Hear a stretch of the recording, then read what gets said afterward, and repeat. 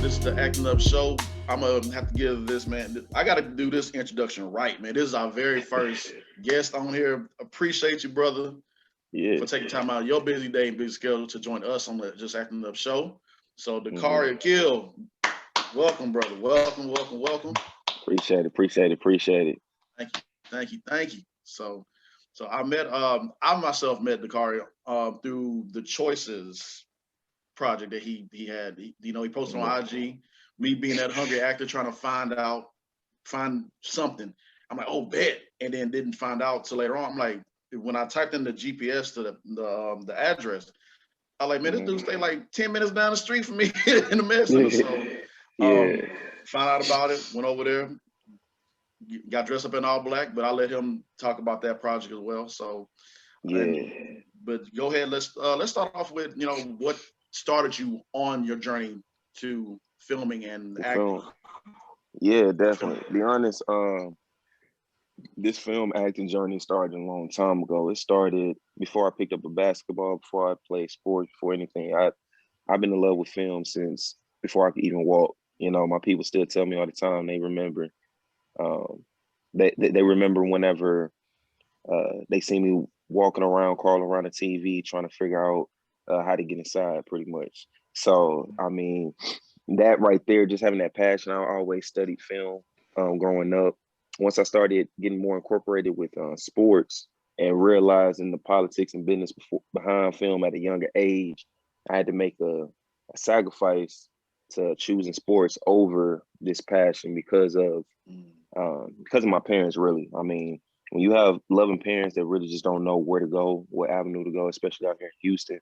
I mean, at that time, growing up, late 90s, early 2000s, it wasn't that many resources as we have now with filming in Houston, even though we still have lack of resources.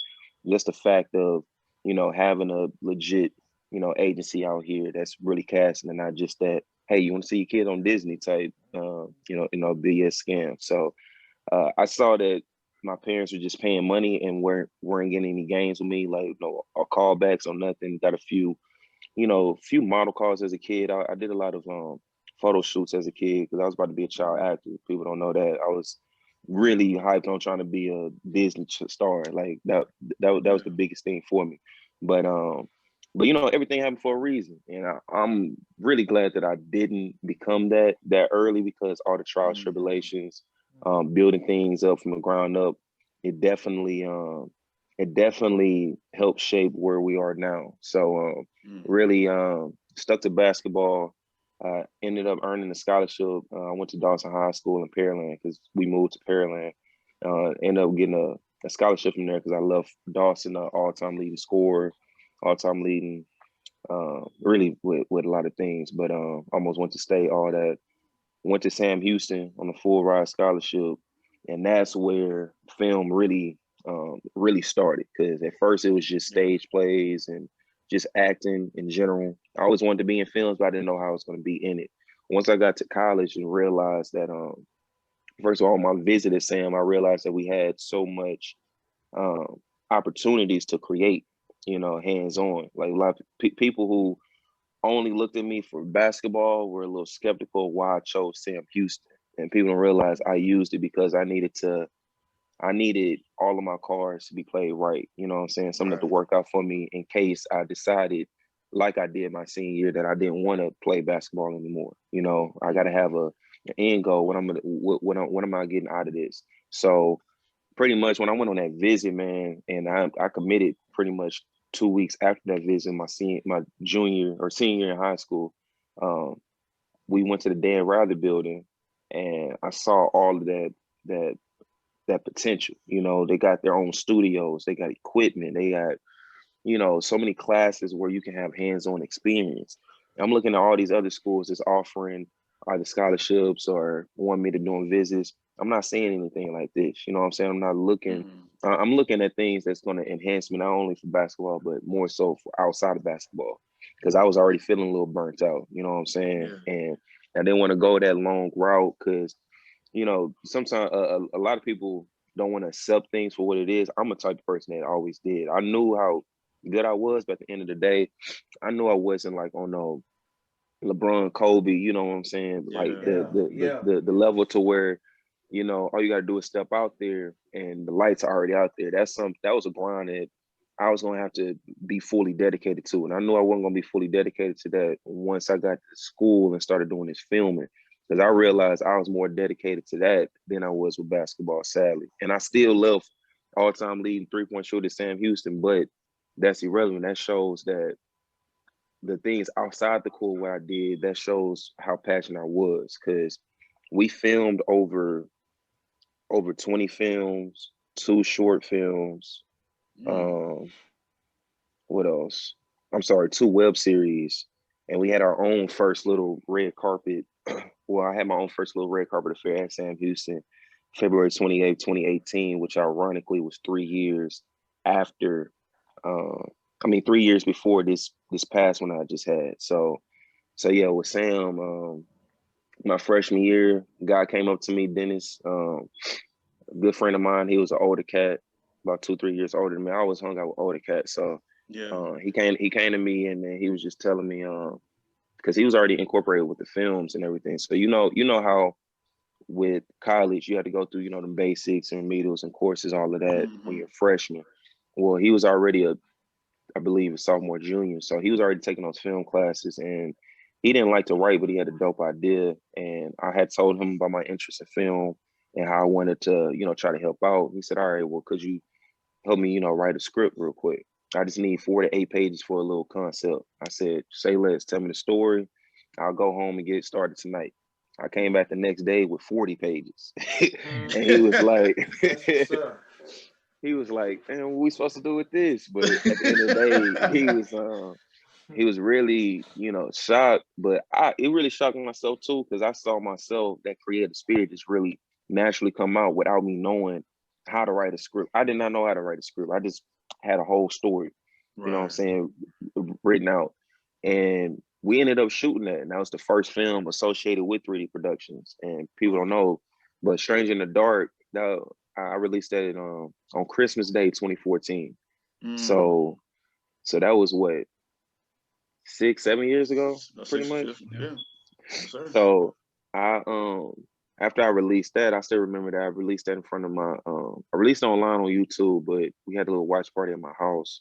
And when I went back home for Christmas break, and my grandmother, rest in peace, she got to see my first film, and it had a lot of cursing in it, but you know, for a 92-year-old. But at the end of the day, you know, seeing everybody watching that, man, that just really, I got to the point where I was like, man, not everybody is able to see me play ball. Not everybody is able to come out to the games. I mean, even when they do, I'm happy. But seeing all of those people at once, watching something that I was working on for 2, 3, 4 months, you know what I'm saying, before practice, after practice, you know, sometimes during study hall, sometimes during classes, you know what I'm saying, just so much things, because obviously I'm learning from the ground up. I'm learning as I go.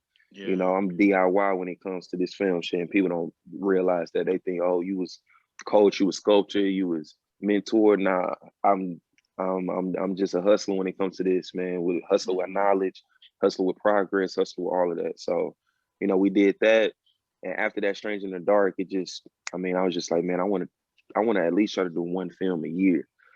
And then we did we did a Sunset by the Lake the following year, which was a decent film, still low budget, still figuring things out. I mean, there's times where, I mean, I didn't even really have a legit cinematographer, to be honest with you. This film, I had,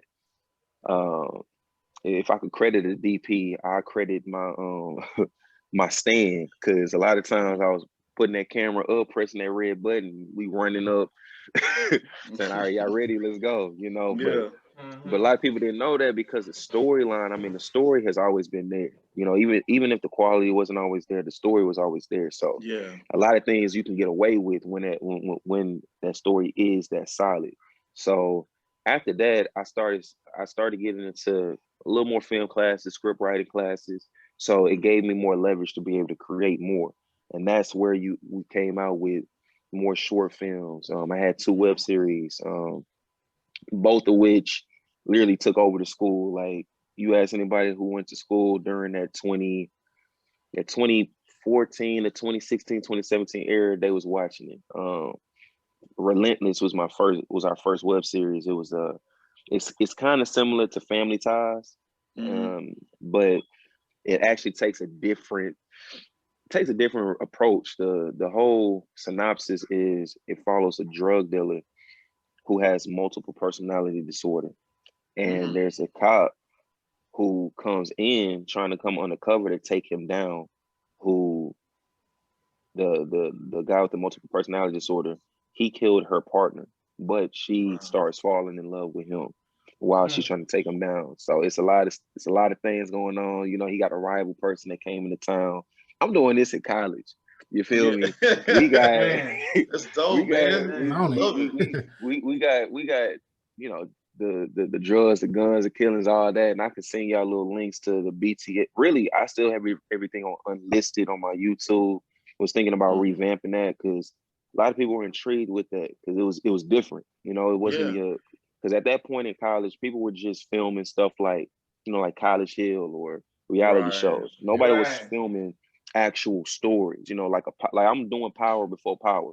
You know what I'm saying? Like that, like that was big. You know what I'm saying? So we did that, and once we released the first like 1-2 episodes, we had people just trying to come in left and right, trying to be in it. Because at first I wasn't really reaching out to people that were in the acting community. I only reach out to people that I knew because obviously of my schedule, what it entitles, and me being a student athlete, most of the time I'm with the athletes, you know. So I'm using athletes, or I'm using, you know, the people that's associated with us, because that's the only people I really have access to. Didn't start using theater kids till, you know, down the line. But, you know, we did Relentless, and then I was like, man, this was hardcore. And I wanted to change it up a little bit because I was like, man, it was really hard. It was a lot of killing in it. There was a lot of it was pretty vulgar, to be honest. I got called into the office a few times, my coach's office. Because I guess boosters were thinking that I was really selling cocaine. I was like, bro, come on, nah. I really think I'm gonna be that stupid to be filming myself doing that. Really, nigga. Like exactly. This college kid is selling drugs on campus. And I know why they were probably skeptical too, because this was around the time, I don't know if y'all remember this, when TCU, that team, had that big drug bust football. I heard and a lot of them kids came to Sam Houston. People don't know that either. So, you know, I was yeah, exactly. Let's just say I seen a lot, man. I seen a lot. So, but after that, I wanted to tone it down a little more and reach out to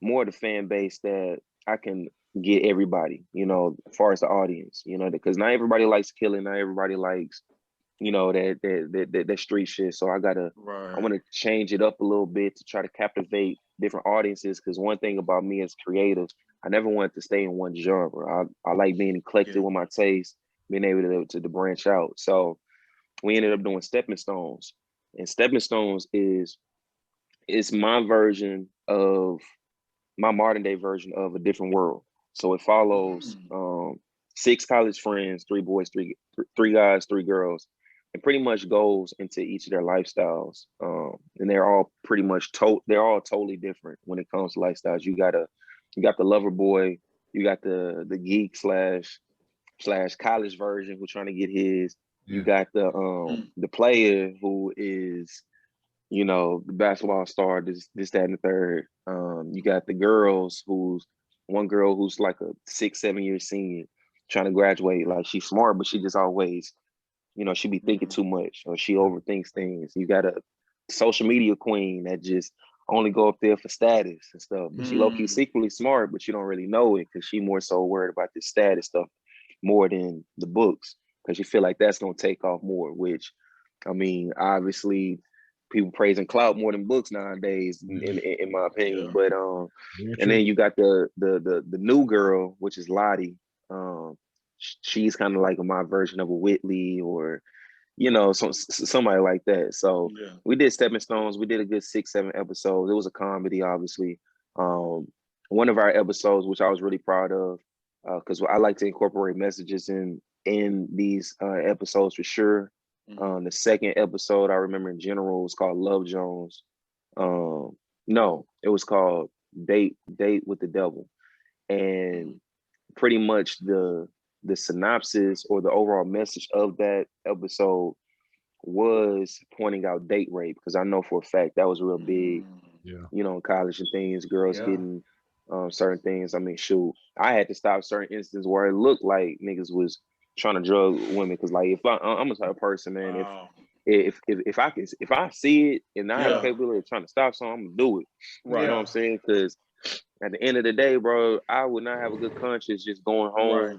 going to sleep, Exactly. whether it is publicized or not, because I've had over 5 female friends come to me talking to me about some rape situation or date rape situation, sadly. So I'm big on doing those type of messages in the films, and of course we did it in an approach to where it wasn't as serious. It had a comedic twist to it, but but you got that message, you know what I'm saying? Because it was serious and funny at the same time, almost kind of like a dark comedy, you know. So but I got a lot of praise from that, and then moving forward, we definitely did more episodes. People still asking, for me to revamp that. I'm actually looking to possibly doing that out here in Houston, either, something like TSU or something, because I did that Sam Houston, but we named our university, what did I name it? It was something dealing, it was something remotely close. It was so long ago, something remotely close to Different World, to pay homage, just to try to get the people that know about Different World to pretty much give them that little Easter egg, that little comparison, But after that, we did a lot of more short films. I did some action deals, and then Wake Up, which was my first featurette. It's a film that's kind of like my version of Boys in the Hood. I didn't get to finalize the full deal, but even though I didn't get to shoot the whole script, it still came out to about 50 minutes, which is why it was a featurette. And we had a red carpet to prepare for it. But just to give it just about Wake Up follows 2 guys. It follows a guy named Trey, who was he's a neighborhood known, drug dealer / former gang member. Well, not former. He is a gang member. He's trying to get out. And his name is Trey. He's trying to mentor a guy named Mike, who is in his last year of high school, who's fascinated with the street life. You know what I'm saying? He has things set up, but he's fascinated with this. He wants the respect. He wants the notoriety. He wants the girls. He wants the adrenaline. You know what I'm saying? And Trey trying to get him to realize that it's not a life for him. And honestly, man, most of these stories and these things be true, because with me moving, being able to grow up in both worlds, my people, when we first was, in Houston, me bouncing from school to school, me being involved in things and seeing things, to them moving us, because my neighbor across the street, shoot, the one I used to hang out with the most, boy, shoot, he was infatuated with so much, gang activity stuff. They didn't want that to, they knew that me, the type of person that I was at that time, I was just so trying to fit in, you know what I'm saying, to be doing things. They wanted to be able to move me to an environment where when I have to do that. Well, fast forward, we moved when I'm 4th going to 5th grade. We get to Pearland, and now I see more perpetrators than I ever seen before. You know what I'm saying? I see these kids that's out here, and he got bigger houses than what my people could afford. You know what I'm saying? Driving up in these nice ass cars, talking about it's a hard life, gangster this, they get doing this, that, and the third. I'm like, man, I never seen this before, because I'm used to seeing some real, some real shit out here. And we fast forward here, and I see this out here in Pearland. But don't get me wrong, whenever I was up in high school, that area, Dawson, Pearland, what people don't always forget we were always divided from Pearland and a little bit of Houston. We had people at one point in time coming from Cullen, you know what I'm saying, coming from Sunnyside, coming from that, and those are people that I really already knew. So when they came over, I knew it was a mix, but it was a point to where I didn't really fit. I didn't fit in at all, in my opinion. Growing up, I was always an observer. So I used a lot of these observations and things that I went through, incorporate them in my stories. And Trey and Wake Up, I gave Trey the name and Wake Up in homage to Trayvon Martin, and Mike and Wake Up as a Mike Brown, because there was another underlying message with police brutality that I originally wrote in there. And I wrote Wake Up back in 2013, 2014, you know, and I had continued to rewrote it, and I finally released it in 2017, 2018. And we reshot that, you know, 2-3 times. But after 2018, after that first red carpet premiere, got over 500 kids at the school to show up, dressed to impress.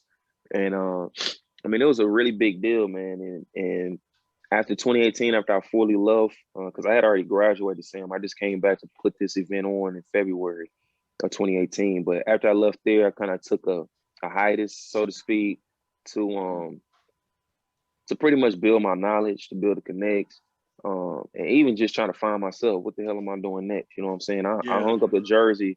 What people don't realize, man, when you play basketball, you play anything really for your whole life. Like literally, your whole life is based off of this. Like, you know that your summers is consistent this. You know that even school-wise, right after school, you going to do this. Because like me, I was associated way more heavily than most people in basketball. You know, I was part of the Houston Hoops organization, played with D. Gibb Hoops. I played with, you know, all of them top names that you hear today. You know, even Dame Dotson, me and him, you know, Damon Dotson was with the Cavaliers right now. Me and him, you know, we played on the same AAU teams growing up since a kid. So I know I played with a lot of people and did a lot. So, but moving forward, you know, when you cross over to a new world where, for example, going to corporate world, you give them this degree. I graduated. I don't have any work experience, but I was team captain. I'm involved in all these organizations. I did this, that, and third. And they like, okay, what does it mean that you redshirted? People don't know that. I sat out for a year for development purposes, but it wasn't like I'm just wasting a year. I'm actually building. I'm gaining. I'm doing connects. You know what I'm saying? Right. They don't understand the aspect of basketball, how big it is to be considered a team captain on a Division I level. They don't know how big it is to be considered a SAC member at a Division I level, which is the student athlete. It's like an associating committee that is like the top tier athletes that represent their team pretty much. So just being part of things like that, they didn't understand that. And a lot of people in the corporate world, if they weren't in sports, you know, because I talked about, I used to go into meetings or interviews blasting my accolades, because that's what somebody said. Hey, you talk about your accolades with basketball, they speak for themselves. You ain't got to worry about it. I'm like, okay, whatever. Because in basketball, they only teach you. They only coaching you up, to be honest, be trying to be a pro basketball player. That's it. Yeah. Really not too much in between. Because if it was more in between, there would be more kids being able to have a smooth transition from basketball to their career. They don't do that. They use and lose, and that's another reason why I really lost passion for the game. Not passion for the game playing on my own with friends and things, but playing for other people, because you take the fun out of it, and it's like it becomes a business aspect. Like, I can give you an example. Shit, I had a 104, 105 fever one time. I'm about to pass out. You know what I'm saying? There's a time where I had a fractured fibula, played 3-4 games. Ooh. Coach over here seeing me limping or seeing me not going hard. What's wrong? Like, we need you. What's wrong? Da, da, da, da. They need you whenever they're trying to win. But outside of that, when the games are over with, when the lights are down, when the cameras are off, when the basketball need to be put in the cage, how you going to help us out? Oh, we already moved on to this next person. We don't need you. So good luck, though. Thank you for all you did, but next. You know what I'm saying? And that whole business mind, I mean, I don't know. Just me, it just felt like I hate What to say this, situation? but it felt like slavery to a point. You know what I'm saying? Yeah. Because we over here Yeah. busting our ass, Yeah. you know, putting our bodies on the line. You know what I'm saying? Because I've been to the doctor, the hospital. I had to get heart stuff taken care of because I have a what's it called, an irregular heartbeat. So it was Yeah. certain things that it's a lot of things with me that people don't know that I never addressed. But Yeah.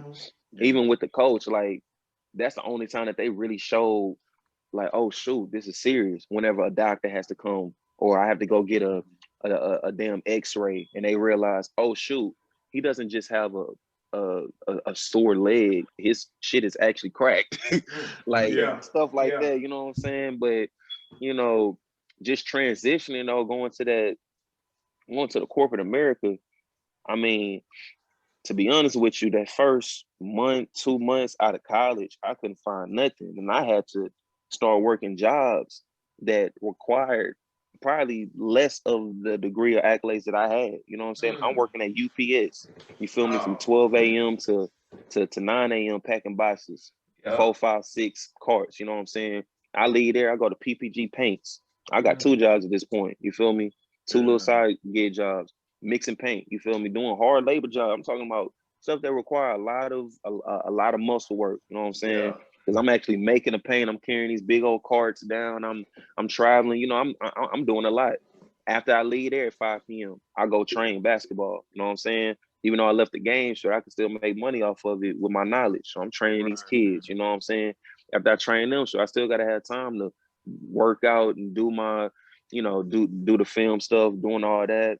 And I ain't gonna lie, I was a little bit, I was more so associated with the nightlife my first year and a half out of college because I really wanted to make these connects. And I'm looking past just the fame, all of the bottles and stuff. I'm looking at, man, I can really use this as chess pieces, as pawns moving forward once I really get my stuff together. You know what I'm saying? But people got to know you. People got to know your face and stuff. You got to start somewhere. So shoot, it's like after college, I literally felt like a whole chapter where I literally had to just start all the way over.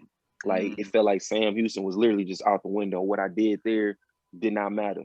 You feel me? You a whole new man now. You gotta you gotta do some things. And I got and I'm gonna be honest, that year really built me up for what y'all see now. I mean, I know that Sam Houston helped shape it, but that year out, you know what I'm saying, just the transition from moving from college, having all that freedom, and moving back home, and you know, being with the parents and trying to save up to move out within that year, because I was like, man, I don't want to. I mean, it was just me personally. I just didn't want them to have me there because I already knew that they had my sister, you know, and they were taking care of my sister going through college as well. So I was just always had that mindset of trying to help others, even though it might seem like, oh, you just trying to do this by yourself. Now I'm still keeping others in mind, you know what I'm saying? Because I know of a burden that it could be. So, you know, that year out really helped me, you know, connect with certain people, do a lot of projects. I did a lot of projects behind the scenes people don't know of, like where I PA on set or just came in shadow. You know, I never had that high horse mentality or, you know, felt like my light shined too bright to come swallow pride and look at people that's doing things on a level or on a level higher than where you aiming to get up to. You know what I'm saying? Just learning from people that's actually doing the things, from cinematographers to the directors to even the actors, you know, just everybody. So after doing that, started meeting with some people out here in Houston, and really things started really taking waves once we started shooting our first films. But after I left my job in July 2020, because I eventually got a corporate job. I was gonna ask you that. You was I saw your Instagram where you said that you was working for 3 years and you quit during the pandemic. How did that conversation go with your supervisor? What was the first thing that came out your mouth? I need to know. Yeah, for sure. I'm gonna let y'all know. I swear my life is real life a movie outside the movie too. Me one day, so the beginning of 2020, I said I'm quitting this job by the end of this year. Like I had wrote that down, I had spoke it. Man. And ever since I had said that, literally I get a phone call at least once a week or some type of something to pretty much reassure me that that's the mindset I need to go with, somebody trying to agree with me of leaving this job by 2020 because of how much I'm already doing with that job, and people don't even know that I have this full-time 40-hour, 50-hour a week job, with corporate America. Because long story short, with corporate America, I told you I was working them hard labor jobs. Well, eventually, I did a lot of praying, and be honest, man, we do need certain things to get us to certain places. You know what I'm saying? Yes.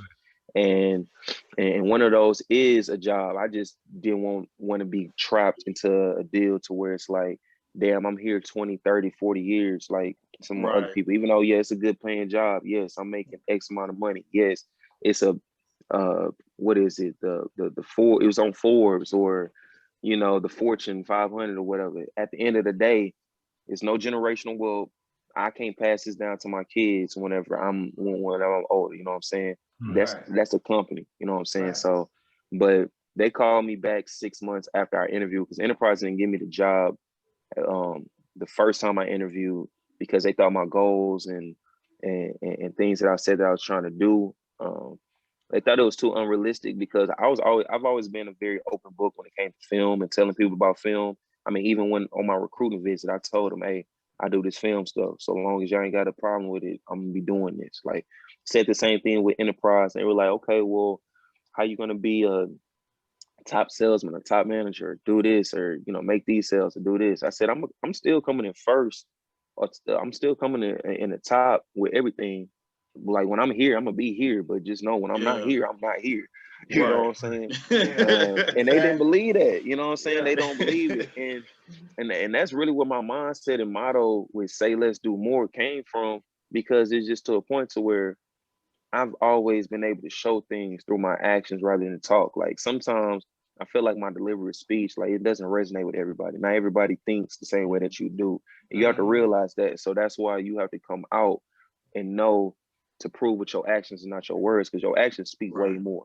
Even if an enemy talking on you, let them keep talking and prove with them actions. Now it's like, okay, can't really say nothing. You know what I'm saying? So it's like with my actions, the first time they said I couldn't do all of this, they brought me back in another region. It was a Black area manager who hired me, and there was a Black store manager at this location. I went to my interview, and he was like, "Man, just let me know if you can sell, you can do this." I said, "Bro, I can do whatever I need to. I'm a mass at adapting." He said, "Shoot, say less." Within that first 3 months, I had already got promoted to my next location. It was the top seller 3 months in a row, #1 in the city. And then I got, over the next 2.5, 3 years, I got promoted 5 times, multiple awards, accolades. This with the company. Of course, this doesn't really faze me because I told them I was gonna do this. They thought I was BS, and I was gonna do this. Like anything I put my mind to, if I put a goal down, I'm going out and getting that. You feel me? Nothing else really matters at that point. So I did that, and then finally I got to my last stage with Enterprise. I moved to car sales division because the money that you can make over there was crazy. And obviously the first 3-4 months before the pandemic hit, because I moved over there in November of 2019. So I was in car sales, started racking in some good money. Obviously, that money going straight to the company. I'm able to produce these films. I'm able to do more, establish more with the company, get the website going. There was so much we're doing. I'm like, yes. And then finally, the pandemic hit. It's like, damn, fucking pandemic. How the hell am I going to sell? How in the world am I going to sell cars in a pandemic? You know what I'm saying?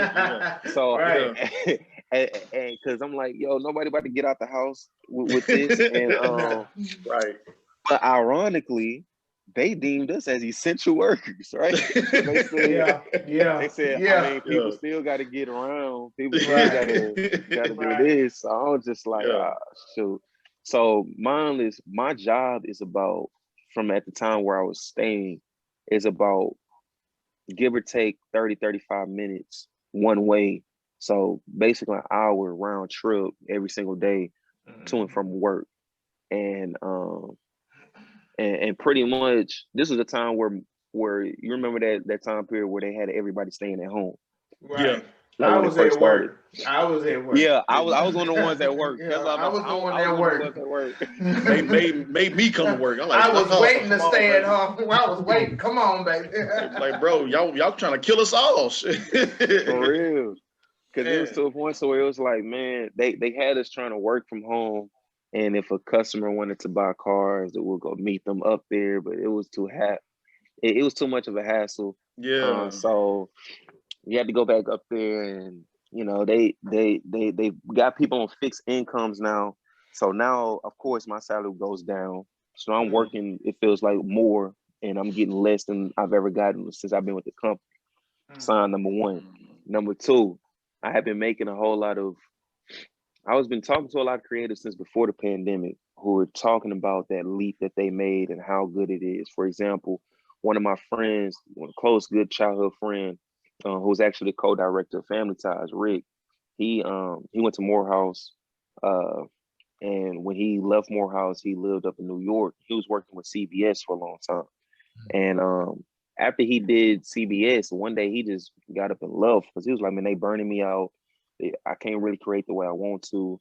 I really want to take this leap because I don't want to just be tied to this company." Yeah, coming out first as a youngin, yes, I'm working with a big company, a well-known company. That's big. It's cool. It's whenever you start going along to where it's like, damn, are you trying to get lost in the sauce that's just saying that every single time? Or do you want to be able to create your own and people know you for your own work?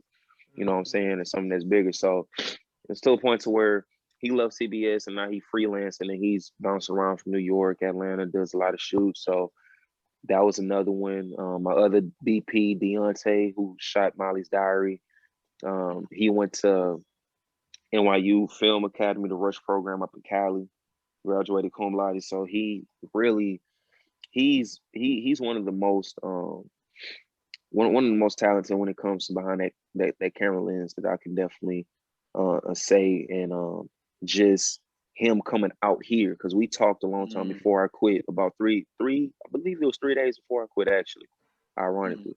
But we talked for almost, I want to say 4 or 5 hours, and that was the first time we ever talked on the phone. You know, and I'm at work. Needs to say I'm at work. I'm supposed to be talking to customers, getting customers in who barely got money. They trying to get us to get people to use their last 500,000 to try to come get a car. And I'm like, bro, how's that gonna benefit them? I'm always looking at benefiting people, man. That's just me. You know what I'm saying? I couldn't be in that grimy ass world because it's a real snake.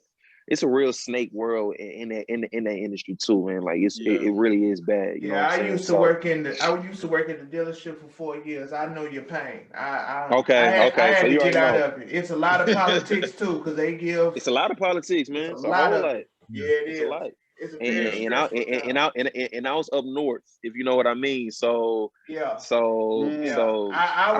one of the only ones. Say that I was working at Jersey Village. Jersey Village, for sure. Yeah. Oh yeah. Okay. Man. So it's kind of like everything you went to, bro. Like it kind of like built a foundation for yourself for where you are at now, and you using all of it. You putting it out there, which is dope, man.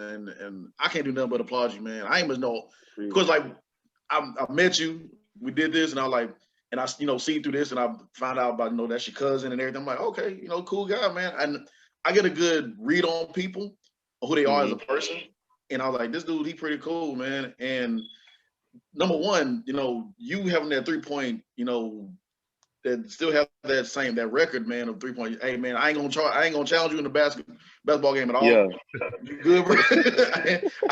I won't get cooked or nothing like that. I'll play a little, but we can play half court, and we just, I'll shoot the ball, so you give them a shooting percentage or something. But yeah, man, you've been doing some amazing things, bro. That's amazing. Man. Appreciate it, man. And just to answer that question about what I said when I walked out. Really, after that conversation with Deontay, when he told me that he's moving out here from LA, I convinced him that there was a lot. Anytime I convince somebody and they really like at least take my word and try, because he was about to really try to stay out there. And this before LA was as shut down as it is now. But he came out here and he was like, man, I just want to be able to create. I want to be able to do a lot. And I said, bro, I'm gonna be honest with you, bro. Houston it's a gold mine for talent, bro. Yeah. Like with your vision, you have so many actors at your fingertips that are willing to work, literally, that just want to create right now for free. People not for free. You know what I'm saying? I don't like to bring out that whole free answer, but people will do it for free. You know what I'm saying? Because I mean, at the end of the day, people don't know what goes into these productions, like in general. You know what I'm saying? You got to think about locations. You got to think about the equipment, the lenses, the SD cards. This is just a camera. You feel me? That's just a camera. You know what I'm saying? So whenever you find people that not only want to act, but are willing to act for just, like food, snacks, things like that, and not looking for a payment right now, and just knowing that they planting that seed, and that seed one day is gonna give them that abundance later, then that's whenever we really create that magic that we do now. Cause shoot, I haven't got paid for nothing. You feel me? Nothing. Even that doggone that premiere, that red carpet premiere, that's making payments towards our 3D Productions payments. You know what I'm saying? So that was just a deal to get the company out there a lot more. You feel me? I know that, just like Pooh Shiesty said, I was born rich, I just ain't get my payment yet. You feel me? That's just my mindset. You feel me? So it's just to a point to where I convinced him to come out here. And once he was like, yeah, I'm gonna stay out here, try to get some work in and really do this. Literally one day I was in my cubicle, and I always had sly comments with some of the coworkers and even the director of the whole car sales deal. It was pretty much to a point to where I will always be reading. You know what I'm saying? I'm always reading, or I'm always reading, or I always got some motivational things, on my desk. I got all of these cards on my desk, you know what I'm saying? I got background stuff. I got to set the aura up. I can't have a regular ass cubicle that everybody else has. You know what I'm saying? To make myself realize, yes, I'm in this prison right now, but you about to be out, bro. You gonna free yourself. And there was one day I walked to work, and I dress like the damn like I'm the CEO, be honest with you, every single day. There's like every single day, even whenever they say, you can wear polos, I'm rocking suits. I'm coming in dressed dapper down, you know what I'm saying? Dress for the job you want, not the job you have. And I'm like, yo, I'm practicing on whenever I got the company and got this and everything, you know what I'm saying? So I'm coming to work, and they like, dang, you looking like you the manager. You looking like you the I'm like, I'm not looking like I am. I just ain't got that title. You know what I'm saying? I used to go to school with a guy who would come in with his best fitted boy, had the bow tie on, slim fit or whatever.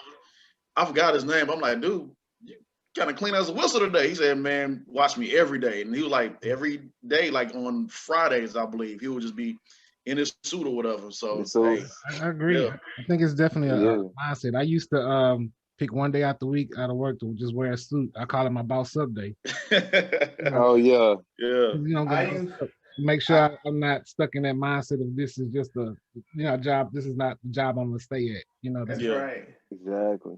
Yeah, exactly. I used to know a guy that was dressed up. I had to go help him fix a battery. I come in with a t-shirt and some work pants.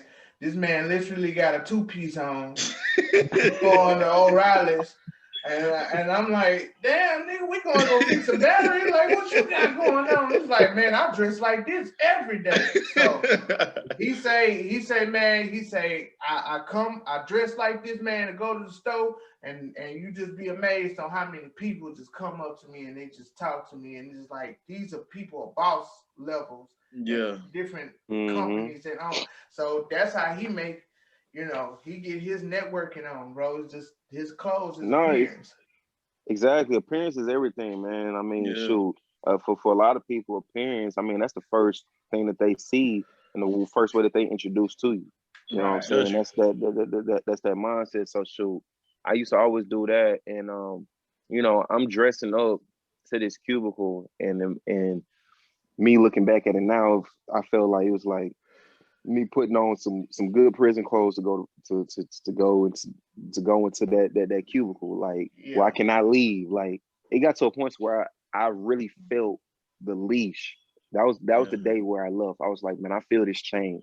I literally walked outside of my cubicle and I walked outside to the parking lot where we got all these cars. And don't get me wrong, we got a lot of benefits. You know, we can take any car off the lot home, you know what I'm saying, just, you know, driving. So it's a lot of benefits with it. But at the end of the day, what are we sacrificing for this? You know what I'm saying? One of the biggest things is freedom. You know what I'm saying? True freedom. And I was just looking, I'm standing outside and I'm looking at these cars, and I'm looking at these cars pass by, and I'm like, I can't even leave if I really wanted to. You know what I'm saying? And even if I did, I got to make a little excuse. I have to be here from 9 until damn near 9 p.m. every single day. 12 hours. You know what I'm saying? Yeah. I'm just sitting here. I'm like, man, I'm writing scripts in my cubicle. I got it. I get the most talk tos in every day, regardless. Or if I'm not the most, I'm at the top 5 in the dealership of talking to, or top 3 in the dealership of talking to the most people. I'm getting my work in. I'm doing that work. But now it's finally like, okay, you got that money. You're getting this money. And don't get me wrong, I was making a good amount of money, but I was just like, man, it's messing with my mental. You feel me? And I'm big on mental. You know what I'm saying? And it was just to a point where I was like, I got to move. I see the potential of where we can go.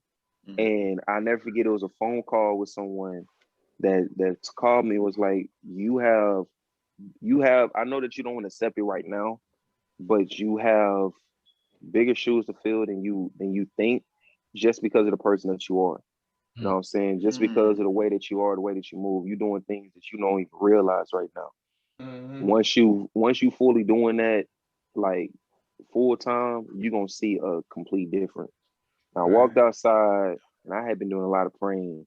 And this is the most random thing. This is why I tell you, I don't encourage people to do what I'm doing. I'm not a role model example. I just did it my way. You know what I'm saying? Yeah. I was like, God, if I see a lime green Camaro drive by right now, I'm leaving this job and not coming back. I do that sometimes, man. I say, if I see a white car pass by here, that's gonna be my decision. That's to my either go to Waterburg or go home. I thought I was the only one, bro. Bro, nah, you're not, bro. And I kid you not. I kid you not. Before I said the lime green, I said some basic. I said like beige. I said like white. I said like black. And it came through like back to that. I'm like, all right, this too obvious. A lime green with like black or red rims. You ain't gonna see that. A lime green Camaro came flying by itself with black rims. I didn't even tell them by. I got in my car and went home. That was it. That was it. That was it. You're like, dang, that God, was it. Hey, that was it. I just seen him. But then, of course, on the back end, I had to, because with unemployment, because they really did, it backfired on me a little bit, only because I didn't have them terminate me, because I was trying to get some more days off before that, just for my mental health, to be honest with you. Yeah. And they were like, if you need us to push you on the fit, because, this is at a time where people weren't really guaranteed their fixed incomes or unemployment stuff. So I was like, nah, bro, I ain't trying to do all that, trying to mess up my pockets. But then when I love, obviously, that was the sole reason why, but there was also some underlying reasons. COVID was a big deal. We had 2 people in our building back to back actually catch COVID and adapt COVID, and they had us working like nothing happened. You know what I'm saying? I was like, bro, I was like, nah, and at this point, with the whole COVID situation, this is where cases like people, they got the dying rates going up. They got people that's adapting this and all of this, and I'm around certain family members. I'm like, bro, I'm not trying to bring this stuff to them. So I'm like, nah, like, until y'all come up with a better structure, like, no, I don't want to. And they like, how long do you think that you need? I said, you know what? I'm really just, I'm really just gonna call it, because there's a lot of other things that I can bring up that could really bring this whole damn company down. But I'm a type of person where it's like, man, I know what comes around goes around, so I'm gonna just let what I can't control, let that situation get controlled, and just focus on this. So after I left there, man, I'll be honest with you. Literally on my ride home, I got a phone call from my first network, and I realized that I made the right decision. You know what I'm saying? Because they watched a film and they really was like, man, I'm trying to buy this. I want to do this. I want to do that. I'm like, Yeah. shoot, I see. And that was just God saying, hey, you taking this little leap, let me show you just a snippet of what you getting yourself into. You know what I'm saying? And I'm not gonna lie and say that everything peaches and cream, because obviously it's not. You know what I'm saying? Right. Especially in our time today, our economy. You know what I'm saying? But at the end of the day, you know, whenever you surround yourself with like-minded people, good energy, and you have a lot of good intentions, things tend to fall in place the way it's supposed to, especially when you're moving fully in your purpose. Things gonna always fall in place. You know what I'm saying? I've never had to worry about. I mean, there was times where I was like, man, I don't know how I'm gonna pay the rent, how I'm gonna pay the bills. You know what I'm saying? You know, the car, this, that, and the third. Every single month, everything's taken care of. You know what I'm saying? And I've left that job back in July 2020. You know what I'm saying? And it's already March 2021. Yeah. That's what's you feel up, me? Bro. So yeah. Who would you say were some of your biggest influences as far as directors and film? Oh, it's pretty broad. But biggest, man, because I'm a person. I'm definitely gonna answer that. It's because it's different ones that gave me different things. Okay. But like my top ones, I would definitely say R.I.P. John Singleton for sure. Yeah. He was definitely a big one, especially, you know, with obviously Boys in the Hood, but not only just that, so many other things that he did outside of that people don't know, you know, certain films, and even all the way up to his recent work with Snowfall. You know, just him, and just that mindset of not worrying about doing it a certain way, you know, like that Hollywood standard. I love independent directors because it's to a point where you can't get them into a mindset of saying, hey, you have to do it this, you have to do it like that. We have to have this particular format or this. They get out there and they shoot the real. You know what I'm saying? They know the story and they make it real and authentic. I definitely would have liked to seen what his version of All Eyes on Me would have came out to. I know that he had some things. Yeah. I know he had some things that he was gonna put out there, and people don't like real thing. Like, I mean, it's a topic of controversy until it's done, and then once it's done, then it's to a point to where you're gonna have people that's not gonna like it, but you never know. You never know. People hear of a scene that he was talking about implementing, and they just automatically bash it out and don't even know where he was really going with it. Right. You know what I'm saying? So, right. So John Singleton for sure is one. F. Gary Gray, I definitely love him. Love the journey of him and just witnessing the fact that he came from Friday.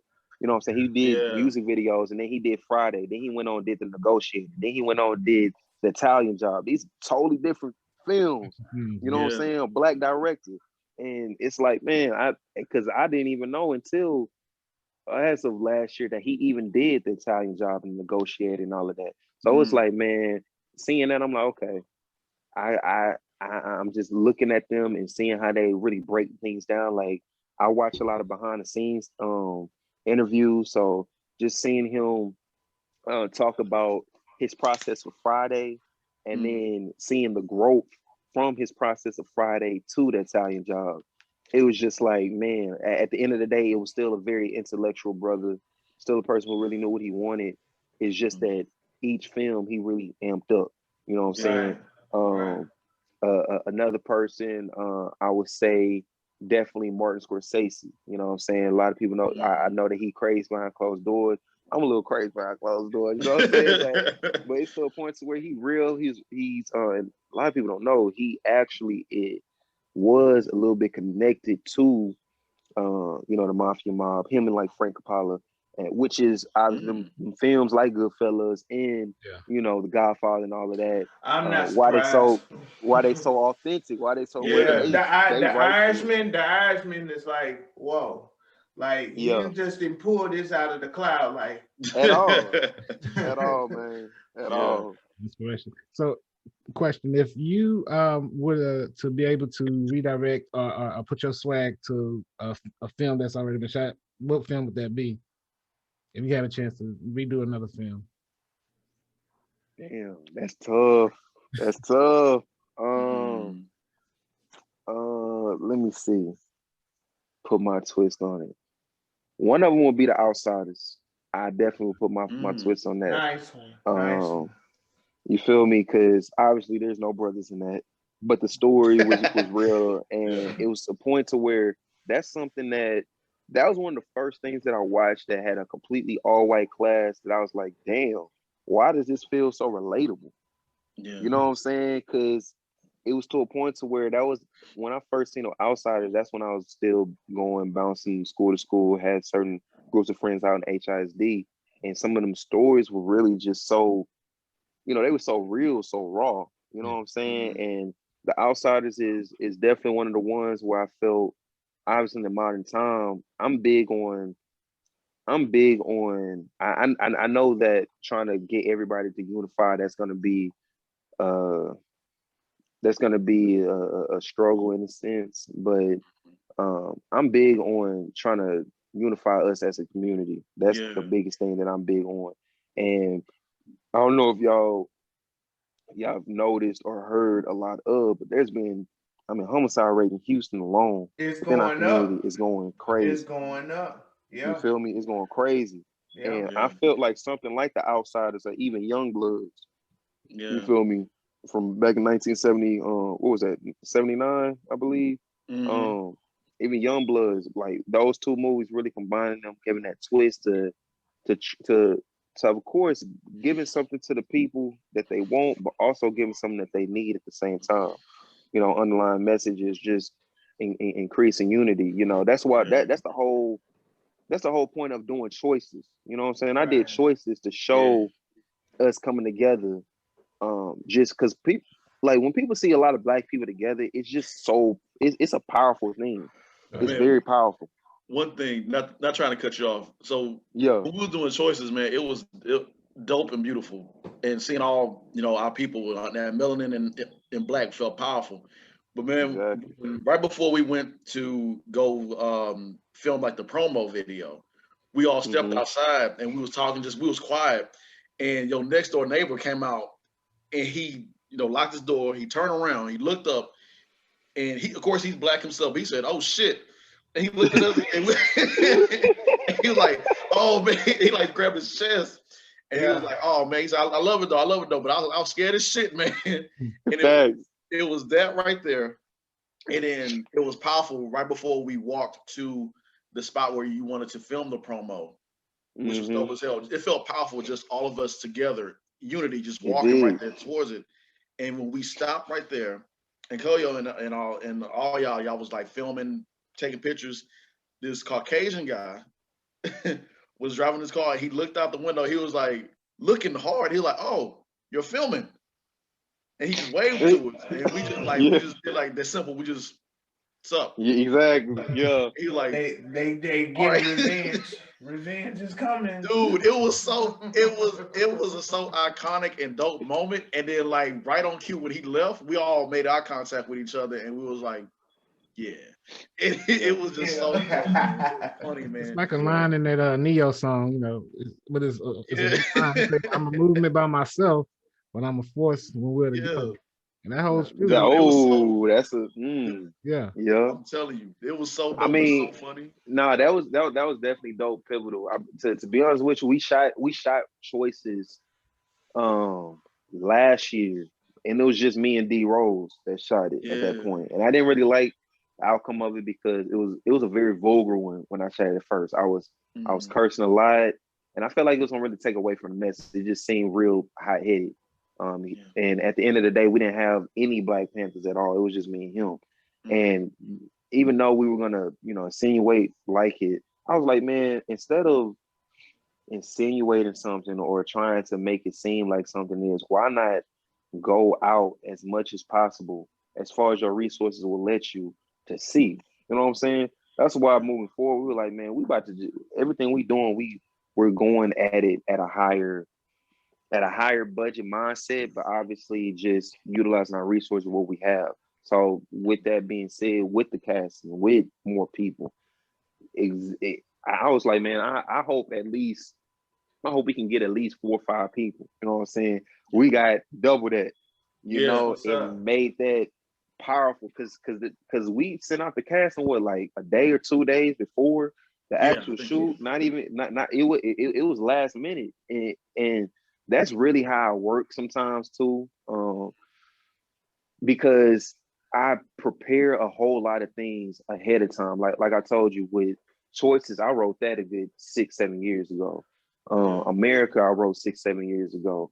Family Ties, I wrote that a good 5 years ago. Molly's Diary, I wrote that originally for my cousin about 3-4 years ago. So it was so many things that we've prepared a long time ago. So we can act last minute on, so to speak, and still come out with productions like we did. Because I don't know if you've seen, but you know, Choices officially got selected to its first film festival. Yeah. So so now appreciate it. So now we have of our last 3 films, which you know, moving forward, I really only consider those 3 because in college, obviously, we weren't aiming for the higher production deals, but our last 3 films, all of them have been selected to film festivals as a lady. So you won some awards, have you? I seen on Instagram you won a couple of awards, have you? Yeah. So my first award that I ever won at a film festival was back in 2019. I won for best song, "Fight the Power." I don't know if y'all seen it. It was actually the theme song for my film America. But I won best song there at the NBFF at the National Black Film Festival. Then fast forward, we just recently won in New York for America, and we also won in Europe for best drama film in for America. What other awards we had? I believe we had. I'm trying to remember what other one. I believe that's the ones right now, like the actual accolade awards that we had. The other ones are just selections, but yeah. Yeah, cool. But just getting notarized for that is just awesome. Showing that the hard work you put into is just exactly. Yeah, and that's what's so dope about it. And like because like you just never know. You know, you have something, you put your hard work into it, your passion and everything, and that's what's so different about acting and with this art. When you create something like you dot your I's, cross your T's, you like, I hope this flows right, I hope this works right, and then you put it out there, and you like, I hope we'll see what happens, and then you walking away with some awards and just getting a notification, bro. That's dope, man. Yeah, that's dope. Yeah, appreciate you. Yeah, yes, sir. Definitely, man. Yes, sir, so man. what's next? What you got going on now? Man, right now I'm structuring and building the team a little more so that moving forward, we can be a whole lot more. I mean, we are organized, but be even more organized. Have bigger productions, bigger events, just doing bigger things. And one of the biggest things I'm always been big on, the whole reason why I wanted to be a nonprofit is to give back to the community. You know what I'm saying? Because there's a lot of growing up, not really having that resource or that place, so to speak, kind of like a boys and girls club. You know what I'm saying? But for people kids growing up that want to be in film, you know what I'm saying? Nobody really had. I don't even know if they really had that anywhere. You know what I'm saying? But that's one of the biggest things I want to be able to give back to these kids, to these communities with low income. People don't have these resources to show them that, hey, there is somebody that's trying to help. You ain't got to do certain things or kill this dream just because you don't have the resources to amplify it. We'll bring it to you. We got cinematographers, we got directors, we have lighting, we have the creations. You know what I'm saying? Even if you have ideas, bring it to us. We'll help you, do certain things. So doing that, giving back, just on a global scale, one of the biggest things that we're doing with this community service chair, which we're aiming to build and grow. That's one of the first ones I'm really trying to grow because just like Fred said, sure, I'm not into charity work, you know what I'm saying, when it comes to giving back, giving back like on holidays. No, I want to be able to do something regularly, like every single week. So with that being said, just building that community service deal, but also structuring some of the committees so that moving forward, the events, like I said, would be a lot better. We'll have that Molly's Diary showing in April, most likely, and then we're gonna stream it right after it to our Vimeo. We have a Vimeo page where we stream things you can rent or buy, and we'll do that probably for a good month or so before we release it out to film festivals. And then as far as the other ones though, the bigger scale as far as productions that we're up to, we only focusing on two: Relapse and Family Ties. Relapse is our first feature film. I don't know if y'all were able to see that trailer. I could send it to James. He could send it to all y'all. But Relapse is the one that we're really aiming towards. We partner with a nonprofit popcorn company titled Paparazzi Popcorn. They're right here out of Houston. They're helping us to raise funds for this film because it's a really big, pivotal film, and it's also obviously going to require a lot of resources as far as money to shoot it. But it's a great message. You know, Relapse is a mental health awareness, substance abuse, and domestic violence type film. It follows two main characters, but it has a lot of side stories incorporated within it. And there's a lot of room for actors to be in there, whether it's cameo roles or extra roles or, you know, even just supporting character roles. And we're going to be casting for that as soon as we solidify budgets and moving forward. But Relapse is a big one that I'm looking to have a lot of people in the city incorporated within, because I want this to take over the city because it has a very big message into it. It's something that a lot of people are going through, obviously on the daily, especially with the pandemic hitting and, you know, money low and, you know, mental health, even before then, was always a big deal, especially in our community. And we never really talked about it. It was always said to, you know, brush things off. You know, we already deal with, you know, generational curses.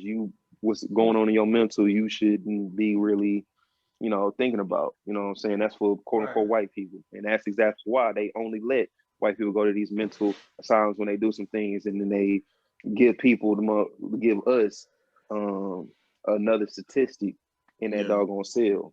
You feel me? That goes to show you that we got to help each other out. We have to take the initiative and not wait for these people who obviously don't want to do anything. We have to take the initiative to help our community out. So that's why, especially with these films, man, I definitely want people to see that. And Relapse, this is my baby. It's my first official feature. That's why we holding out on doing it. I'm treating Relapse almost like Nipsey treated Victory Lap. You feel me? Because all these other short films, Detox. Or exactly. You feel me? Because it's like I'm dropping all these side mixtapes. You know what I'm saying? Right. Almost like my brother, VP of 3D production spells. He out in ACA. He's like, bro, we doing like Master P50. You feel me? We doing these mixtapes out the trunk. To fund for that big ass album. That's what we doing. Smart, you know what I'm saying? Right. And because nobody really thought about that approach. I just looked at it to a point where I'm like, every time I step outside, I see somebody shooting a new feature out here. Don't get me wrong, people are shooting, they filming out here, which is great. But with me, it's like, what are we filming? You know what I'm saying? Are we doing? Is anybody really filming things are we filming things just to entertain? Or are we filming things that are thought provoking, things that are gonna last past this moment right now? Send a message and everything, and get everybody aware of what's going on, man. Exactly, aware of everything, like, because it's so much stuff. Like, for example, choices in general. Before Judas and the Black Messiah came out, remember, we released Choices December 4th. You know what I'm saying? That was the anniversary day of his death. Right. When I released that, a lot of people didn't even know about Fred Hampton. They didn't know about that story. I'm talking about our own people. You know what I'm saying? That just goes to show you, man. It's just like small little instances like that. It's just, even with Molly's Diary, I have little small hidden subliminal messages that's really talking about trafficking in the city. And she's trying to pretty much she's trying to figure out the bigger picture, like who's all behind it. And Molly's Diary is a deal that kind of leads you on a little goose chase, but You mind it's if one of those mystery thrillers. let me see. We can actually wrap it up right, right there. Get you out of there, cause I know you a busy man, and we can chop it up and talk for hours, bro, about this project. For sure, Yeah. for sure. Yeah. But yeah, go ahead and introduce, Molly's Diary, and then we'll go from there. And then we get you out of here, brother. Definitely. So yeah, ladies and gents, want to be able to introduce to y'all the official teaser trailer to the film Molly's Diary.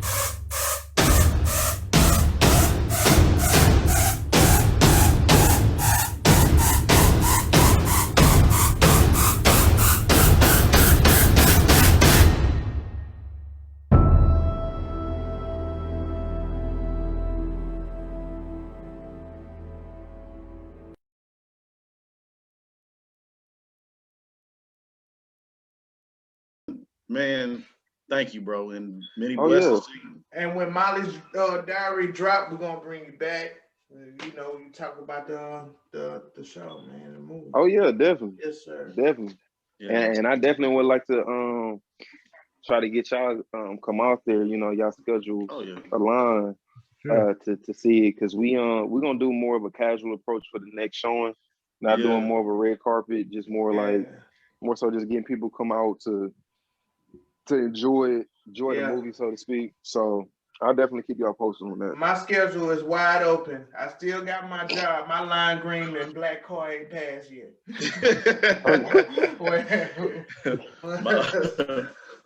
For me, that lime green card coming real soon. Yeah, it's coming soon. It's gonna come soon. It's on the way.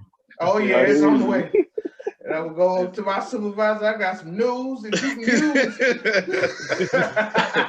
I'm gonna walk in there. I'm like, the Dr. Ross, I can do this.